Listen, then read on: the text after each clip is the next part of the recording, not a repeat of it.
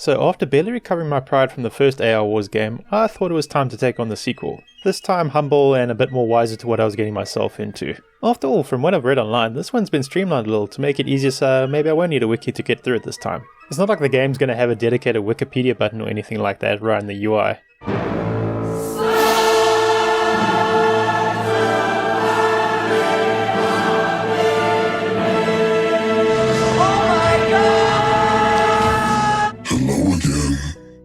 So for those of you not familiar with this game, here's a quick recap. This isn't your typical grand strategy game or RTS. You don't expand into an empty galaxy map at the same time as your AI foe. No.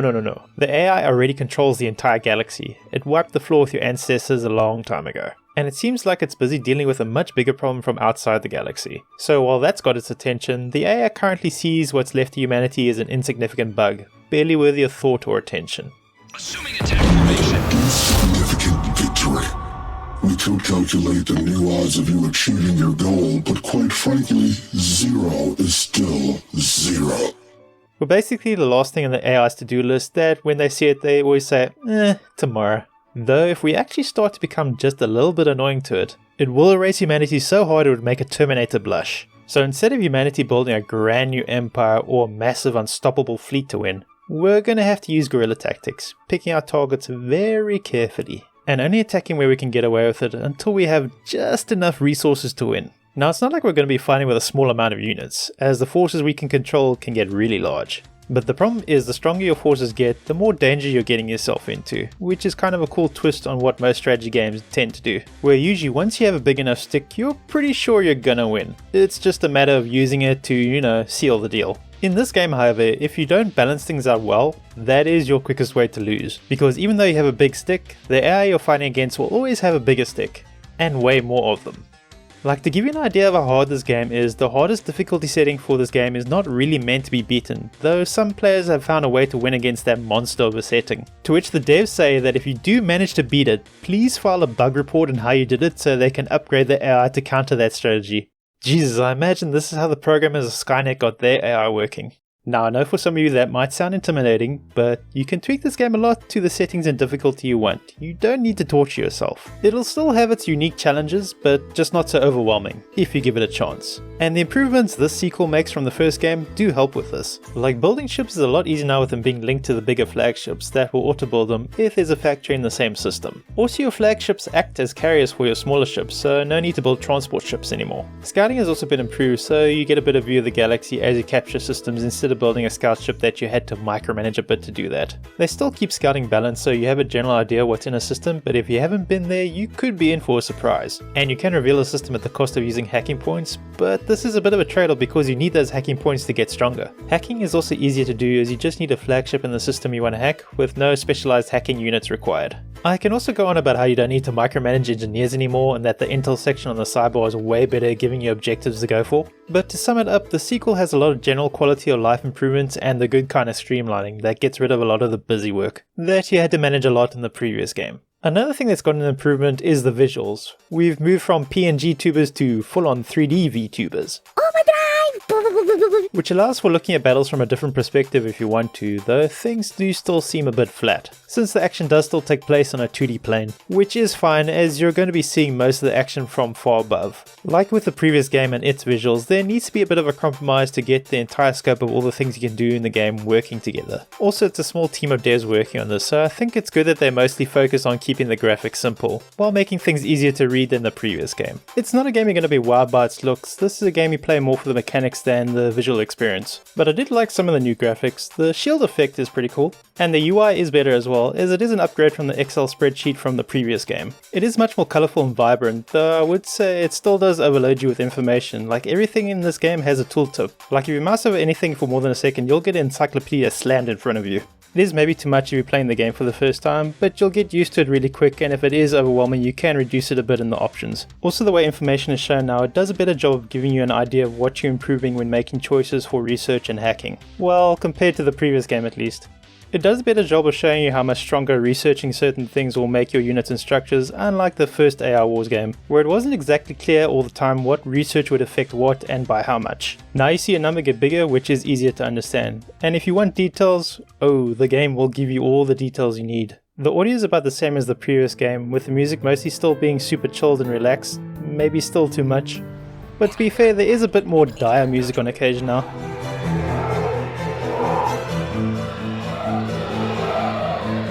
And the sounds of space battles are functional and okay, but nothing will really catch your attention. Well, apart from when the AI gets sassy. Digging through our scrap to find something to recycle?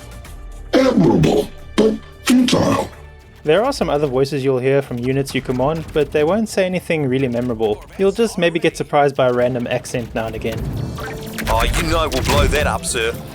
The gameplay is where AI Wars 2 really sets itself apart, which it carries on from the first game but makes it a little easier to get into this time around. Though that pedia button is there for a reason, as you'll find it useful if you get stuck. And visiting the wiki as well. The game does have solid tutorials to take you through the basics, but you'll have to accept that you might have to fail a few times before you really get into this game. That's fine, I think. Like, what's the worst thing that's going to happen to you? It's not like the AI constantly mocking you will inspire you to make a video about how to get revenge on it. I mean, that would be totally weird, right? You'll learn through making mistakes, as the game is fairly good at giving you feedback on where things are going wrong and how to counter it. And there's always the wiki if you really get stuck. Like, say your AI progress was too high, or you should have paid a bit more attention to that warning about an enemy fleet heading to one of your systems. As I mentioned before, the tooltips are useful if a bit overwhelming, but they give you information you need to make progress if you do get a bit stuck. Also, you can save while you're playing, so if you want to try something really risky, just save before you do it. I wouldn't tell anyone. It's worth going through all of that to experience the unique gameplay that AI Wars 2 provides, which is hard to show by just talking about the mechanics and systems. So how about I show you what it's like to go through a very basic game of AI Wars 2, with me explaining bits along the way so you can follow.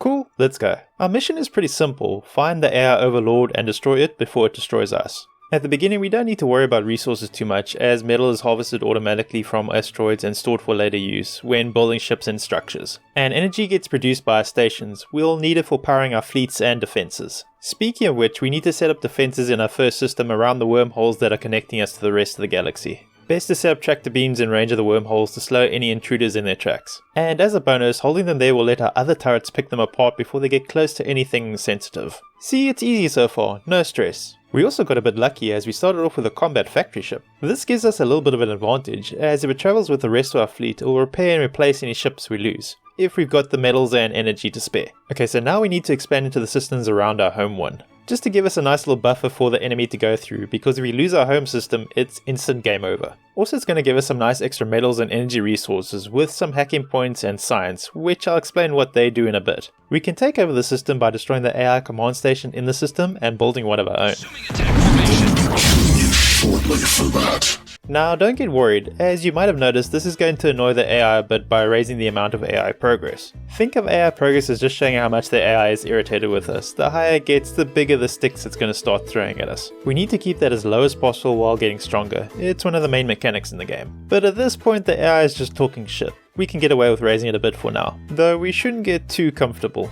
Okay, now that we're here in a new system, we can use those hacking points to get some new designs or improvements for our ships from the AI's local network, servers or similar structures. This will make our fleet stronger. And you see that little number there next to the S? That shows how strong it is compared to other things we can choose from when doing the hack. You'll also see it when you use science to upgrade your units and structures. It's a good general guide to help you decide what to pick. Though back to hacking, as it isn't going to go unnoticed when we do it, as the AI is going to send forces to counter us. But this is a small response, so we can handle it easy. Now that we have a bit more vision on the galaxy map, we can start looking at systems with more goodies we want, like flagships that will increase our fleet size and power, hacking targets for new ships and turrets, and resources to build and improve our defenses. Which we all need because as we take more systems, the AI is going to start sending small fleets against us. Time for a regularly scheduled structural integrity test. These won't be a problem at first, but we do need to keep an eye on them. And since the AI wants to get sassy with us, maybe let's take another system or two. You might notice when we attack a system, not all the enemy ships stand and fight. Like, quite a few of them run away, so you might be thinking,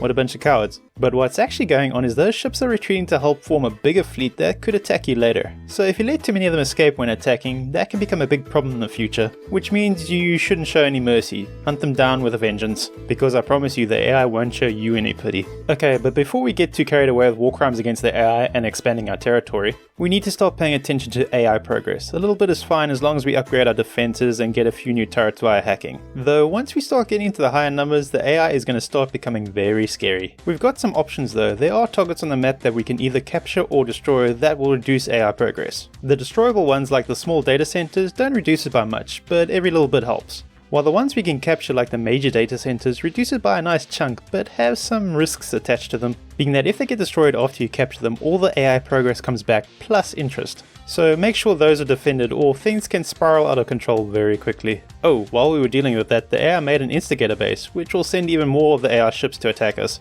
And the longer it's active, the stronger the waves it will send against us. So we should do something about that. No problem though, all we need to do is send our fleet over to destroy it. It can sometimes spawn in a system that might be a little bit out the way. That means it'll take a while for our fleet to get to it, which can leave our defenses a bit thin, but we should have enough to hold out for a while.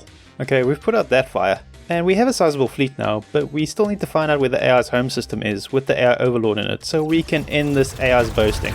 That was rather ill-advised on your part. Now we're gonna start making an effort. It's not too difficult to narrow down. It has to be a system we don't have any information on, and somewhere where the AI's defenses are getting strong. So probably somewhere in this corner of the galaxy map. We can try and get lucky by scanning with hacking points, but we don't have too many of those at the moment. And we aren't quite strong enough to get past all those defenses yet. This is what we'll do. We'll capture 1 or 2 more systems nearby our corner of the galaxy that have some fleets and resources we can use, which will increase AI progress but will increase our fleet strength too, and get us some more map data so we can make our next move. Also maybe we can recruit some allies on the way, such as the Outguard, that are kinda like mercenaries you can contact via hacking. You can summon them anywhere on the map, and there's a bunch of different types as well. They aren't super strong, but being able to spawn anywhere on the map might be useful later. Speaking of which, let's have a look at our map and see if we've discovered the AI's homeworld. We haven't uncovered it, but we have narrowed it down a fair bit. Also, that's a lot of data centers on the other side of the galaxy. Those are some very tempting targets, but way too far away to get to, and it would be pretty risky to send our fleets that far away from home. And our defenses are starting to get really tested by the AI now. Why don't we try going to the bottom of the galaxy? It's the shortest route to where the AI homeworld probably is. And our fleet is mostly strong enough to at least attempt going through the more heavily defended systems. Though let's try not to raise AI progress anymore, as that's getting a little too high for comfort. So no destroying command stations on the way down unless we really need to. We'll just blow up ships and defenses while stealing some more ship designs and getting intel on where that homeworld is. This will totally work. Oh wait, what's this deep strike warning thing at the top here? Yeah, so if you attack too deeply behind enemy lines, the AI will start sending reinforcements in waves from outside the galaxy to help with its defense. With each wave getting stronger than the first, this is a big problem as this will overwhelm our fleet really quickly. What do we do? Well, if we're near a system we own, then it's no longer considered a deep strike. Let's capture a few systems at the bottom of the galaxy. It's going to cost us by increasing AI progress, so we should at least try and capture systems that will increase our fleet size. Also, it'll give us a nice staging area to launch our final attack from. And since we are in the neighborhood and have narrowed it down a little, let's see if we can get lucky and scan one of those undiscovered systems for the AI homeworld. Pandora opened her box and unleashed death upon her world. You have found your box. What will you do? Yay, we found it. Oh no, looks like our defenses are really coming under serious strain now, and there's an instigator base we need to deal with. Okay, things are starting to look really bad. We need to get some more help with defending. Time for some more hacking. We can get some help from alien sappers. They'll do their own thing while helping to defend. Don't know how useful they'll be, but any help is good I guess at this point. Also we can get some help from resistance fighters, though they arrive whenever they feel like it, even if we don't need them. And they are a little full of themselves. Incoming resistance transmission. You're welcome. But you didn't do anything. Anyway, it seems our alien friends are helping just enough with the defenses to free up our fleet so we can attack. So now's the time to strike, right? Well, while we do have a much stronger fleet, I don't know if it's going to be able to get the job done. Let's run a simulation of what would happen if we attack the AI home system now. We make it through the first strongly defended enemy system, but our staging area is getting hammered hard by the AI counterattack. Though if we take out the AI overlord it won't matter, so let's keep pushing through. There are a lot of defenses and ships, but we seem to be managing, so we just need to clear out what's left and... nope. We have a very big problem. The AI overlord is invulnerable unless we destroy all of these high level dire guard posts, of which there are 12. And they aren't all in the same system. Some of them are in the systems around the AI homeworld. Oh, and each one destroyed raises AI progress by 8 points, so if we take out all of them, that'll raise AI progress by 96. which is going to cause a massive counterattack because AI progress is way too high now. Also, that counterattack from earlier that was destroying our staging area has taken out all of our nearby systems, which is triggering that deep strike response from the AI, and our attack is now being overwhelmed by a near endless wave of enemy units. The AI is also sending much stronger attacking forces to our home defenses, and even with our alien friends helping, it kind of looks like we're all gonna die. Stop stressing. Like I said earlier, this was totally just a simulation. Let's go back before we launched our failed assault and see if we can come up with a better plan. First off, why did we fail? Well, our defenses in our staging area were not strong enough, which caused the deep strike problem. But the big issue was we got too much AI progress by trying to take out those dire guard posts, keeping the AI overlord safe. So how are we going to counter that? Well, remember all those data centers on the other side of the galaxy? With more of the map revealed, it turns out there's even more of them there. And some major data centers too. If we can get to them, we can get rid of quite a nice stack of AI progress. But the target that'll make traveling across the entire galaxy worth it is the super terminal here. If we can get to it, it can get rid of a ton of AI progress. There is a bit of a catch to using it, though I'll explain it if we make it there. So our new plan is this: we're going to abandon these systems at the bottom here, the AI can have them if they want them. And we're going to go the long way around to avoid the stronger defenses at the bottom of the galaxy. Then set up shop near all those data centers and that super terminal. This is a very risky plan because our fleets are going to be very far away from home, so if our home comes under attack, we won't be able to travel fast enough to come back to help them. Also, we might not be able to get to those instigator bases that keep popping up. To help with these problems, we can use science to upgrade our defenses a little and use those outguards we contacted that can spawn anywhere to at least try and take out those instigator bases. Don't know if all that's going to work, but that's all we got. This strategy reminds me a bit of Sherman's March to the Sea during the US Civil War, where he took his army from Atlanta and marched deep behind enemy lines to capture the port of Savannah, while wrecking enemy railroads and plundering farms to gather resources on the way to the city. We are kinda gonna be doing the same, taking our data centers on the way and stealing some more tech from the AI until we reach our target. It's going well so far, but maybe I forgot about that deep strike problem, which means we need to set up a temporary base in the middle of nowhere. Oh, and the outguards are just barely managing to take out those instigator bases that keep showing up. But at least our home defenses are holding up. Well, most of it. Our former forward staging area isn't doing so well. It's fine. Our fleet finally makes it to the other side of the galaxy. Now we can start taking out those small data centers. And capture systems with those major data centers too. AI progress is going down, but we need to get a big chunk of it gone, or at least reduce how much we generate. This is where the super terminal comes in. By hacking it over time, we can reduce a lot of AI progress and lessen the amount we get later. And we can hack it as long as we want to. There is a catch, however. The longer we hack it, the bigger the waves of enemies get sent to attack us. Also, the waves will head straight to your homeworld from the super terminal if your fleet doesn't hold them back.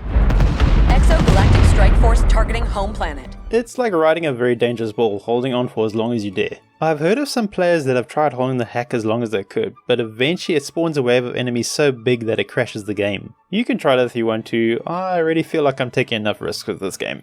Okay, our fleet is stronger now from all the tech and ships we stole along the way here, and our home defenses seem to be holding up well. Thanks to those alien sappers who've been beefing up our defenses over time. Time to do any last tech upgrades we can and get to the final showdown. The machine empire shall cover the galaxy. I think the AI knows we're coming for it. Okay, so if you're thinking of playing the game, this next part might have spoilers for some endgame stuff that you might want to experience yourself. So if you don't want spoilers, then skip to here. Okay, time to get serious. So here's our plan for the final attack. We take our entire fleet to the enemy systems defending the AI homeworld, and destroy all those dire guard posts in them. Also, just to be safe from that deep strike problem, let's capture one of those systems as well. We should have just enough reduced AI progress to stop the AI from going full Terminator on us from all the damage we're about to do. Hopefully. And finally, after all that's done, attack the AI home system with the last of those dire guard posts and destroy them, which should make the AI overlord vulnerable to attack. Then we destroy it and win. Easy. Also, just so we're clear, no more simulations. If we fail here, we fail. So even if this ends up bad, at least we had some fun, right? Oof, that's a lot of ships defending, and it's only the first system. We've got this though, we just need to keep pushing. Suddenly I have a slight sensation of deja vu. Anyway, there's another instigator base on the map. That's not great timing. Let's see if the outguard can handle that while we continue the attack. And we just got a warning from Intel that the AI might be sending more powerful units against us. This is going really well. Okay, back to the attack. The next system isn't too bad, and we are destroying the defenses quickly enough to stop any enemy counterattack from forming. Can't let up. Next. Oh, that's a lot of them running away. I don't know how I feel about that. That should be the last of the dire guard posts outside the AI home system. Let's have a peek before we go in. So we need to take out 6 more of those dire guard posts, and our AI progress is getting close to the danger zone. Well, we can't back down now.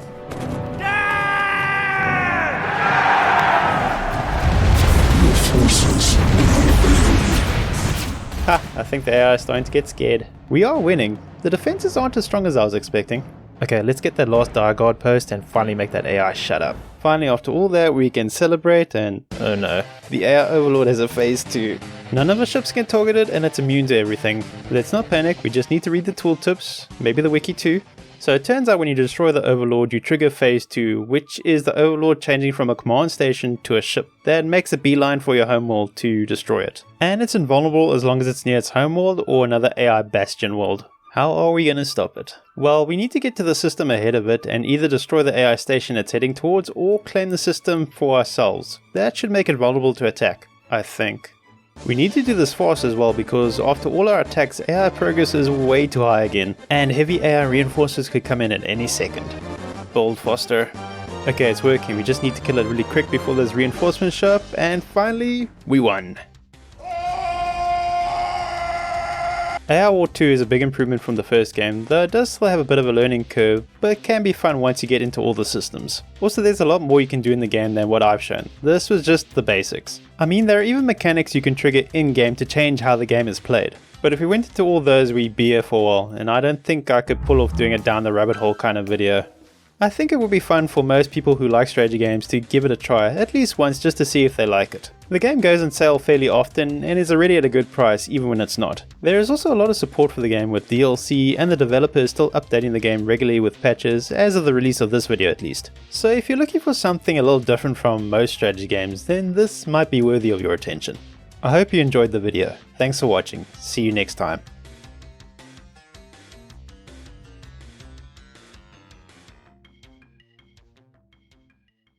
The purpose of their planet was to store industrial waste. I should have known it would attract you humans. Emotional damage!